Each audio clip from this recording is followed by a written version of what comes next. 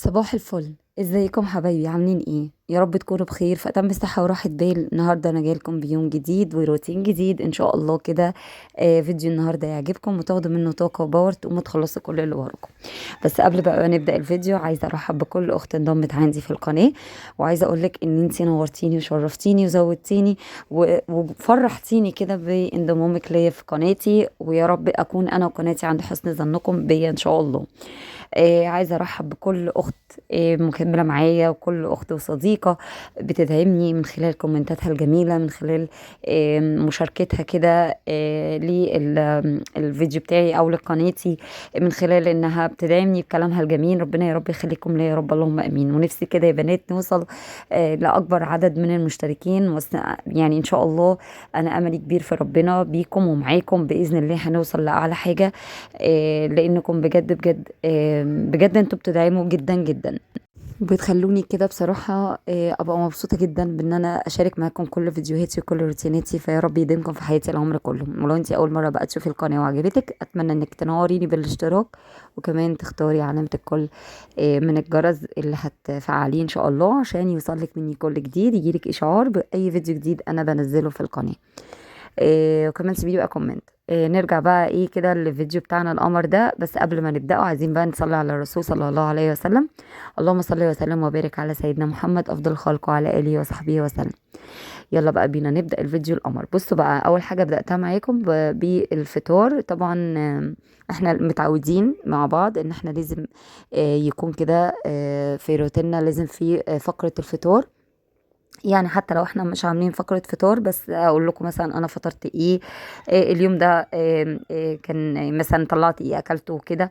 فيعني نتشجع ونتحمس. بس بقى انا ايه، انتوا عارفين وقت الصبح ده بالذات الصبح بيبقى الواحد بيبقى مش قوي في الفطار، يعني غير لما بقى مثلا يشرب حاجة ومعدته كده تشتغل، فبيبتدي بقى ان هو ايه يبقى عايز يفطر. فانا بقى ايه جبت، كنت جايبه بسكوت فيري انا والولاد، يعني كل واحد فينا جبت له بسكوت وعملت لهم هم شاي بلبن. قلت لهم اعمل لكم هوت شوكليت، مرضوش قالوا لي لا احنا عايزين شاي بلبن، فقلت خلاص انا اعمل هوت شوكليت. بصراحه كنت هعمل قهوه، بس انا يعني مش بحب كده يعني اكل بسكوت بالقهوه، فاهمين؟ احب اكل بسكوت بالنسكافيه، وانا كانش عندي نسكافيه. يا اما بقى ايه شاي بلبن، يا اما هوت شوكليت. وانا برضو الشاي بلبن يعني ساعات وساعات بصراحة بشربه، يعني مش عارفة ساعات كده تلاقيني تيجي عليا فترة كده ما بقاش حباه، مع ان في ناس يعني عشقها الشاي بلبن ده، اللي هو لو ما شرب زي ولادي كده، لو ما شربوش شاي بلبن في يومهم يبقى في حاجة غلط، يعني فاهمين؟ فانا بقى على حسب المود. فالمهم قمت قلت اعمل هوت شوكليت كده واطلع بقى البسكوت بس وانا بطلعه لقيته متكسر. يعني المهم يعني ايه هيتاكل هيتاكل يعني. المهم بقى كده ايه فطرت والحمد لله، ودخلت بقى على لميت البلكونه، لميت الغسيل. للناس بقى الجديده اللي اول مره تشوف قناتي، دي كانت بلكونه، يعني شايفين المكان اللي انا واقفه فيه ده والسرير المحطوط ده، دي كانت بلكونه وانا فتحتها على الغرفه بتاعت الولاد.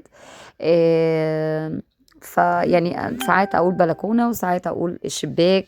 فالمهم يعني ان انتوا تبقوا عارفين ان الحته دي كانت مكانها بلكونه. تمام.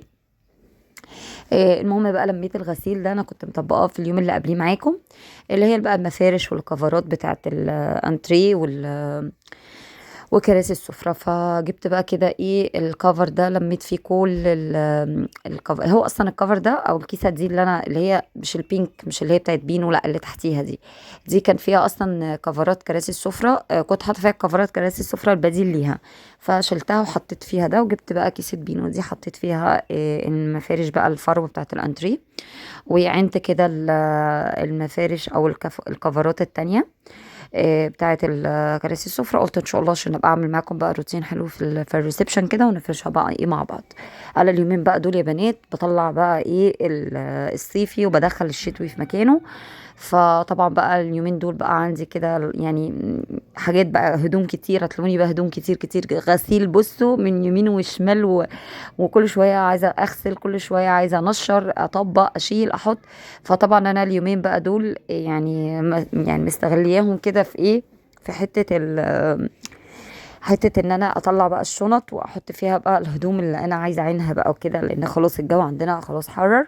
مع ان النهارده وانا بسجل معاكم الصوت الجو حاسه فيه هوا يعني. بس احنا خلاص بقى، احنا يعني خلاص يعني خففنا الهدوم، ما بقيناش نلبس الحاجات الشتوي. انا الولاد خلاص لبستهم الخريفي وقلعتهم كمان يعني فانيلا من بكم او الدفايه. يعني انا في طبيعتي لما باجي البس الولاد بلبسهم مثلا ايه دفايه، هي مش دفايه صوف، لا هي دفايه قطن كده بتبقى بكم وبنطلون. دي انا قلعتها لهم ولبستهم بس البيجامه الخريفي وتحتيها في فانيلا حمالات وفانيلا نص كم. تمام. فانا خلاص لبستهم بقى كده، بدل ما البسهم بنص كم مره واحده، لا يعني بقى بخفف لهم تدريجيا. ويعني بنقعد اسبوعين بقى مثلا على الوضع ده، بقى كده خلاص يعني ممكن بقى ايه لا ابتدي بقى خلاص اصيف. فانا طبعا بقى بعمل ايه بقى دلوقتي معاكم زي ما انتم شايفين. بصنف بقى الهدوم الصيفي اللي انا طلعتها، بشوف ايه الصغير. دي الاول بدأت بهدوم فريدة، بشوف ايه الحاجات اللي هي صغرت عليها خلاص وبحطها كده عندي جنبي في الارض. طبعا كل الهدوم اللي انا بتصغر عليها دي انا باخدها الاول بغسلها واخليها يعني برضو من الركنه والكلام ده. انا ما بحبش اودي الهدوم لاي حد يعني تبقى كده فاهمني. غير غصب عني بقى مثلا قطعه او قطعتين، لكن انا برضو ايه قلت المهم كده مره واحده واغسلهم. لان كمان هعمل معاكم فرز لهدوم اسر. وبعدين في هدوم لفريده ما تنفعش ان اسر يلبسها لانها بناتي بحت يعني، اللي هو حتى كمان لو انا في البيت مثلا اقول ايه اسر يلبس في البيت من فريده، لا يعني ما بحبش بصراحه ان انا اعوده او اعودها ان تشوف اخوها لابس هدومها تقول ده اخويا لابس هدومي، ده مش عارفه ايه. لو تيشيرت او حاجه كده عادي، لكن مثلا جيبه لا، طبعا فستان لا. حاجات اللي هي بقى فيها برسومات بنات، الكلام اللي هي باينه جدا انها بنت صرف يعني، لا دي طبعا انا مش بلبسها له. لو بقى متداري بقى مثلا فانيلا ولا حاجه من تحت الهدوم متداريه، لا مفيش مشكله. تيشيرت برضو يمشي معاهم هما الاتنين برضو مفيش مشكله. لكن غير كده بصراحه انا ما بحبش ان انا البسه من فريده حاجات تكون هدوم بنات. فبدات بقى ان انا افرز بقى كده هدوم فريده. طلعت بقى الهدوم اللي هي صغرت عليها خلاص ركنتها على جنب. والهدوم بتاعتها بص بقى هنا انا هعلق لها كل الفساتين او الحاجات اللي هي تيشيرتاتها، الحاجات اللي هي ايه تنفع تتعلق. وجبت بقى البوكس ده حطيت بقى فيه البنطلونات والشورتات والباديهات كمان. وكمان جبت البوكس البينك ده حطيت فيه يعني اللي هي ايه المايوهات بتاعتها. وهنا بقى ايه حطيت فيها بيجاماتها اللي مقاسها وكده، شورتات بقى والبيجامات والباديهات والحاجات اللي هي تنفع تقعد بيها بقى في البيت. طبعا انا ان شاء الله يعني باذن الله بقى كده هجيب لهم بقى كام قطعه كده جديده، بيجامات وحاجات صيفي جديده وحاجات اصلا هدوم خروج عشان كمان للعيد الكبير. فان شاء الله بصوا بقى هنا انا بوريكم الحاجات اللي صغرت على فريده دي، كل الهدوم اللي صغرت عليها فساتين بقى وشورتات وجيبات. فان شاء الله كده ايه نبقى نديهم لحد. قلت كمان بقى اعمل معاكم بقى هدوم قاسر كده. برضو كنت مصنفة برضو الحاجات اللي هي ايه حتت يعني صغرت عليه او ان هي خلاص يعني مش هعرف ان انا ايه البسها له تاني او كده. وبدأت بقى ان انا برضو اجيب البوكس ده كده احط فيه الهدوم بقى ياسر الخروج بقى الجينزات بقى والتيشيرتات وكده. واطلع له بقى البيجامات والحاجات اللي هي بيقعد بيها في البيت. برضو ان شاء الله كده ابقى انزل اشتري بقى الاسر برضو شوية حاجات هو واخته. يعني عشان برضو العيد زي ما قلت لكم وعشان برضو الصيف وكده. طلعت له بقى كده برضو حتى الحاجات اللي بتتعلق كده شلتها كده على جنب، القمصان بقى والحاجات دي. في شويه قمصان برضو يعني هجيبهم برضو كده واحطهم معاه. كنت شايلاهم انا في شنطه كده لوحدها هي وكم حاجه كده برضو الفريده. كانت بنت خالتها يعني اختي يعني كانت عطشهم لها، كانت بتاعت بنتها وكده. فقالت لي اديهم لفريده هوريهم ليكم يعني، بس بعد ما اخلص بس كده ايه حاجة اسر. فكنت شايلهم برضو كده في شنطة كده وطلعتهم قلت برضو ارصهم بالمرة. زي ما قلت لكم برضو يعني الحاجة اللي هم هيلبسوها تمام، الحاجة الكبيرة خلاص هأجلها شوية مش دلوقتي. الحاجات اللي هم صغرت عليهم هوديهم بقى طبعا لحد تاني يكون محتاج. اليومين بقى دول الجو متقلب جدا يا بنات والله العظيم. يعني النهارده كده تحس ان الجو عايز يشتي، مش عارفه تحس ان هو ايه، هو الحمد لله مش حر. آم، في هوا كده وتحسوا كده في ايه، عارفين الجو المنعش ده اللي هو لا حر ولا ساقعه، ده اللي هو حلو يعني مفيش اي حراره فيه خالص. فانا عن نفسي بحب الجو ده صراحه، يعني بحب الجو اللي هو لا حر ولا ساقعه ده. بحس كده ان انا يعني ببقى كويسة فيه. لكن الجو الحر زيادة عن اللزوم بيتعبني جدا، خاصة جيوبي الأنفية وكده. بيجيلي صداع بقى منه على طول. قعدت كده بقى اجيب كل الحاجات اللي هي بيجامات اسر وحاجات وكده، وقلت اشيلها على جنب.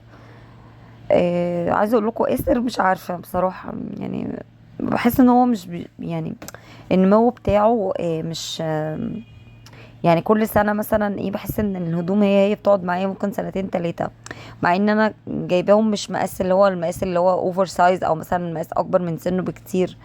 يعني عايزه اقول لكم في بيجامات انا بطبقها والله مقاس سنتين، يعني لكم ان تتخيلوا. ومقاسه يعني ممكن تكون ايه، يعني مقاسه بالظبط. هي مش كبيرة عليه طبعا، بس هي مقاسه بالظبط، بس بتلبسه يعني اللي هو في ايه يا ابني، انت كده موفر للدرجة دي؟ بس رغم كده ان شاء الله انا هبقى اجيب له طبعا يعني. هجيبهم له بقى ويبقوا يعني عنده، فاهميني؟ يعني يعتبر انا كده مثلا لو المفروض هو عنده 4 سنين وشهر. 4 سنين وشهر. المفروض ان انا مثلا في يعني في سنه كده بيجاب ايه، من 4 ل6 سنين. في ناس بتجيب 6 سنين، يقول لك مثلا ايه، نلبس اكبر من مقاسه بسنة او بسنتين.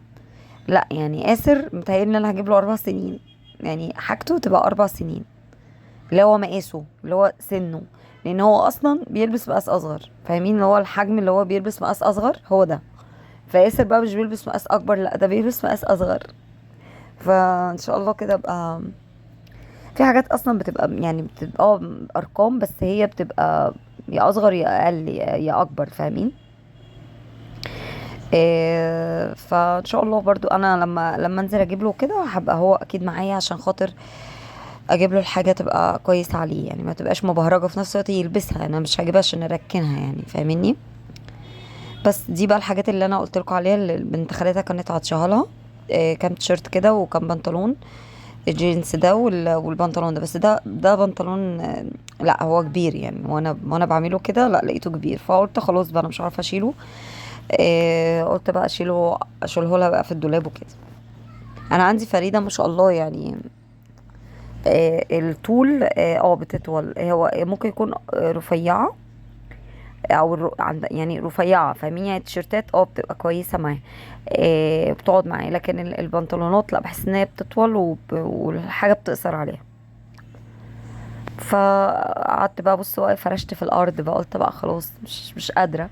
نزلت بقى كل البوكسات، الشرابات والبنسيهات والغيارات الداخليه عامه كلها بتاعتهم، وقعدت اصنف في البوكس البني ده. انا كنت اصلا حاطه فيه شرابات، فكملت بقى قعدت اشوف بقى ايه الحاجات اللي مش محطوطه، وايه الحاجات اللي عايزه ايه تتعمل في بعضها. وفي شرابات اصلا ما لقيتهاش، فهم عندهم شرابات يعني. كنت لسه جايبه لهم على العيد كل واحد فيهم 3 شرابات. وطبعا فريده بجيب لها في المدرسه وكده، ان شاء الله بقى اجيب لهم تاني شرابات بقى على العيد الكبير ولا حاجه. قعدت بقى كده ايه اصنف الحاجه كده وارص الحاجه كده في الغيارات والحاجات دي كلها. عايزه اقول لكم ان البوكسات دي عمليه جدا، بتلملك كده شفتوا كل الكركبه دي؟ لكم ان تتخيلوا مثلا لو هي جوه الدولاب، لا انا اطلع البوكس كده، اطلع اللي انا عايزاه واقوم مدخلاه تاني. يعني في ناس بتبقى وجهة نظرها طب ايه لازمة البوكسات، طب ما انت حاطه كله رصه كله حاجه ما بتبقاش باينه. لا انا عارفه ان البوكس ده مثلا فيه الغيارات الداخليه، وانت بتطلعي خلاص بتطلعي الحاجه اللي انت عايزاها وتلبسها له او بتلبسها لها، فبتحطيها بتبقى شكلها حلو جوه الدولاب، ململك كده الدنيا يعني. غير لما تكون كلهم على بعضهم، خاصه الحاجات دي كلها بتبقى عايزه ايه، هي اصلا الحاجات دي بتبقى عايزه ادراج، عايزه يعني الحاجات اللي هي بيبقى فيها درج، فاهميني؟ ما بتبقاش محبذه ان انت تحطيها كده جوه الدولاب زي ما هي. فانا عشان الدولاب هنا ما عنديش فيه ادراج، إيه، عملت بقى فكرة البوكسات دي حلوة جدا يعني. حتى الناس اللي هي ما عندهاش ادراج او ما عندهاش كده، تجيب المنظمات دي وتحط فيها الحاجات الصغيرة دي، بتلمها بصراحة. خلاص كده انا خلصتهم، حطيتهم بقى كده في مكانهم، والدنيا بدأت تتلم كده عندي يعني. بصوا اهو، اخد بقى البوكس اللي انا عايزاه واطلعه واخد بقى ايه يعني ساعة ما اغير له.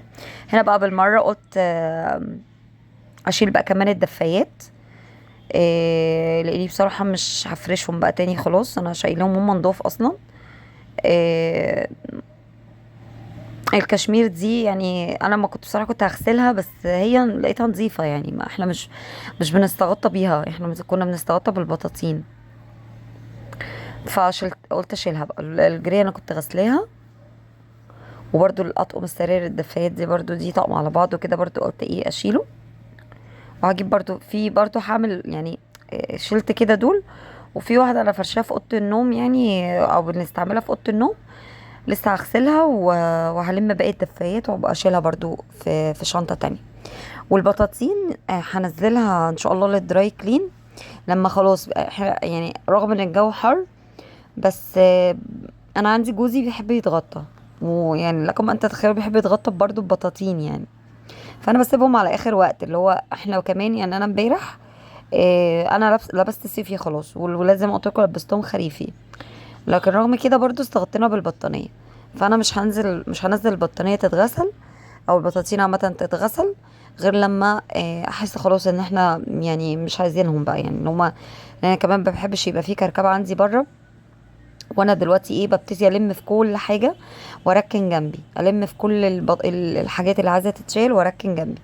ف والحاجة تبقى قدامي يعني، بحيث ان لما اجي ان شاء الله اعمل بقى تحت السراير، اشيل بقى كده على طول بقى، مش مثلا اشيل وارجع استنى تاني واعمل تاني واشوف ايه اللي ما اتعملش واتغسل واشيل واحط لا، انا بركن كده كل الشنط، اعبي واركن جنبي، بحيث ان انا اشيلهم بقى كلهم مره واحده.